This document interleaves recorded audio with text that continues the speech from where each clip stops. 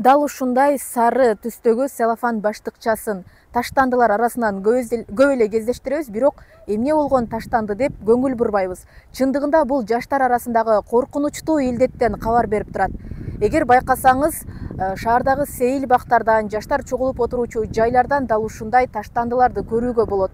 Чындыгында бул жаштар арасындагы токсикомания оорусу көбөйүп бараткандыгын билдирип турат.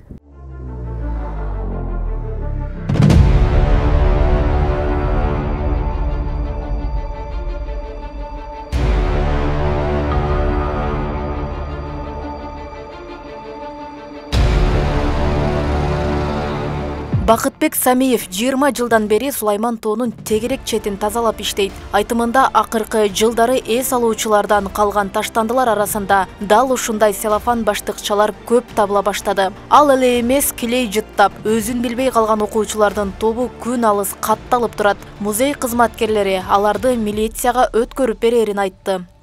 Мына 3-4 жылдын ичинде ошол пакет менен сары болгон килей деп айткан.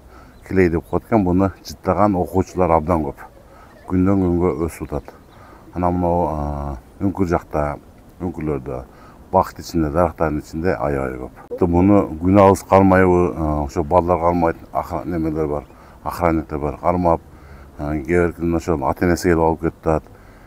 Кээбиркилерин ошо мына Сулайман тоо милициясына тапшырабыз ушундай.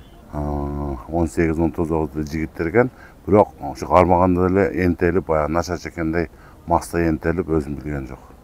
Келип машинасы менен алып кетишти. Бирок шаардык милиция токсикомания менен коомдук жайларда окуучулар кармалган факты катталбаганын билдирди. Карп, бут кийимдердин, бензиндин синтетикалык заттарды желим баштыкка коюп алып жытташат. Колдонгондон кийин эс акылын жоготуп эйфория абалында болушат. Мындагы клейлердин баасы 100-150 сомдун тегерегинде болгондуктан өспүрүмдөр арасында кеңири жайылган. Көргөнсүңүзбү бир досторуңардан?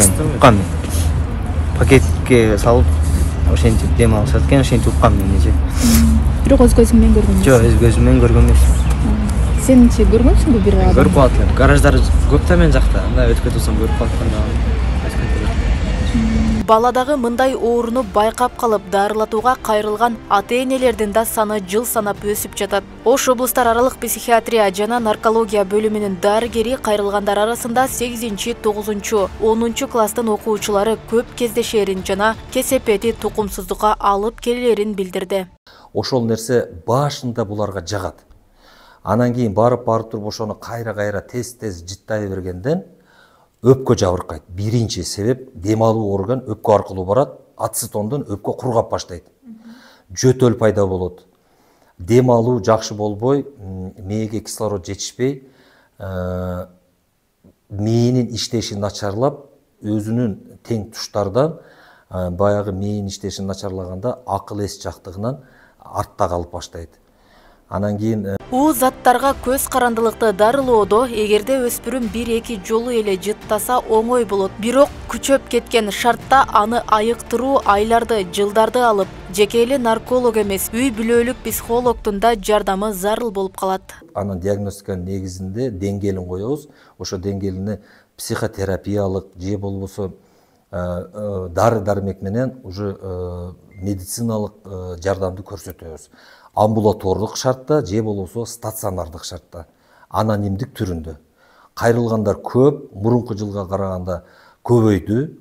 Токсикомания банги каражаттарынын тизмесине кирбегени менен адистер анын таасири банги зат сыяктуу болоорун айтып келишет. Кыргызстанда токсикоманияга кабылган өспүрүмдөрдү дарылоочу атайын реабилитациялык борборлор жок болгондуктан алар наркология ооруканасынын бир бөлүмүндө дарыланышат. Ошол эле учурда каттоого алынып калгандан качып, жекеменчик клиникага кайрылгандар дагы көбөйүүдө дешет дарыгерлер.